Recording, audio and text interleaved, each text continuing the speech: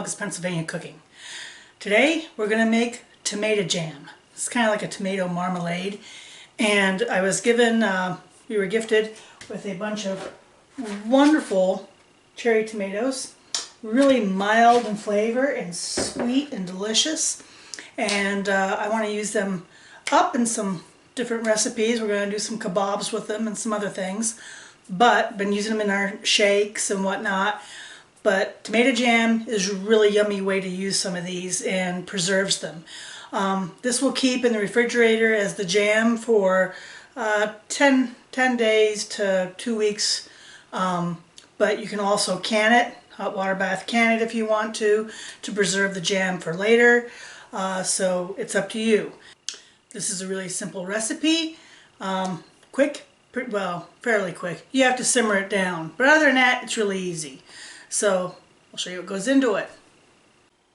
So I've got about 2 pounds of these cherry tomatoes and 3/4 cup of brown sugar, a tablespoon of ginger, 2 tablespoons of apple cider vinegar, an 1/8 of a teaspoon of ground cloves, and ½ teaspoon of cinnamon, and some cayenne pepper, a teaspoon of cayenne pepper. Now these being the little cherry tomatoes, I top them and then I throw them in my food processor, and I'm just going to give them a coarse quick chop before putting them in the pan.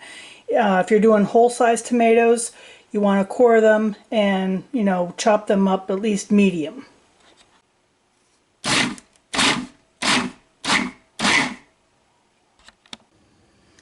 So I'm going to add in my chopped up tomatoes. If you have bigger tomatoes, you'll want to seed them as well when you coarse chop them up.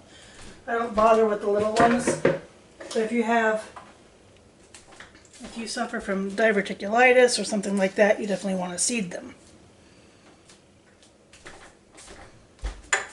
And you want a good heavier bottom pan, and don't do this in aluminum. Aluminum is not a good mix for tomato products, as they can leach, and I don't like aluminum, period, actually.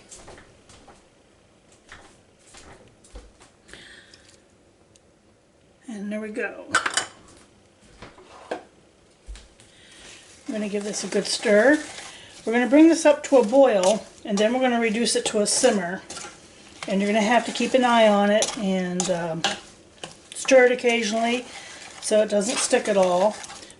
But we're just going to simmer it then until it reduces down to our jam consistency.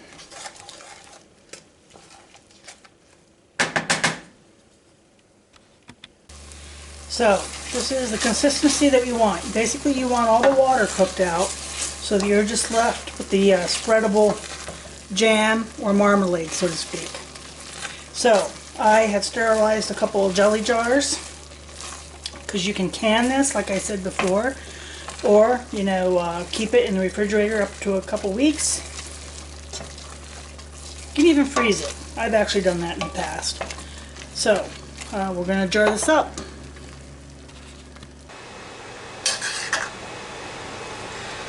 Scoop this in like that.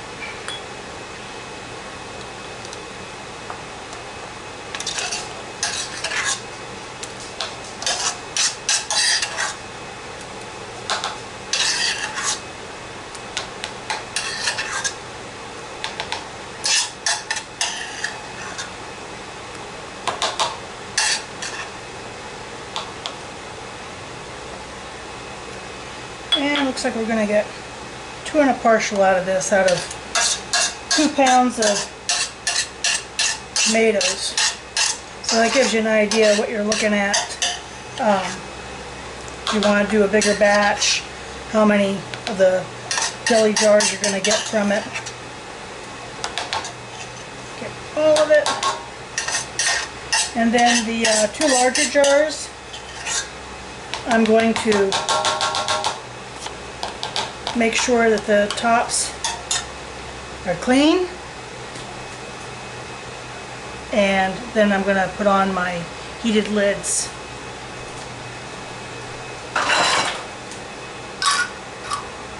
First one.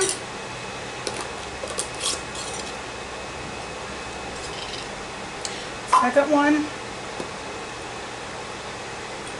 Screw down. And that's it. And we have tomato jam.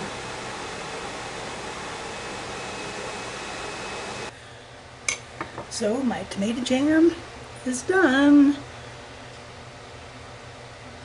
And I let it cool. I toasted up a little Hawaiian bun. And I want you to see how this, see it comes out just like a marmalade. And we'll spread a little over the top.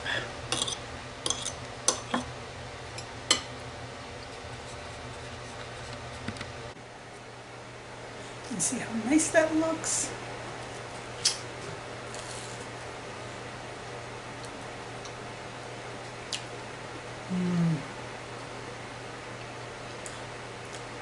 It's sweet, like a jam or a butter, but it's got that tomato earthiness. It's pretty darn good.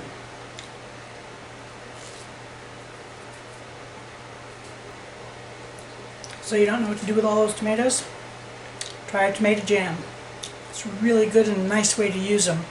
Like I said, if you're doing bigger tomatoes, make sure you seed them and take all the icky stuff out and coarse chop them, and then you can cook them down. But there you go, my tomato jam.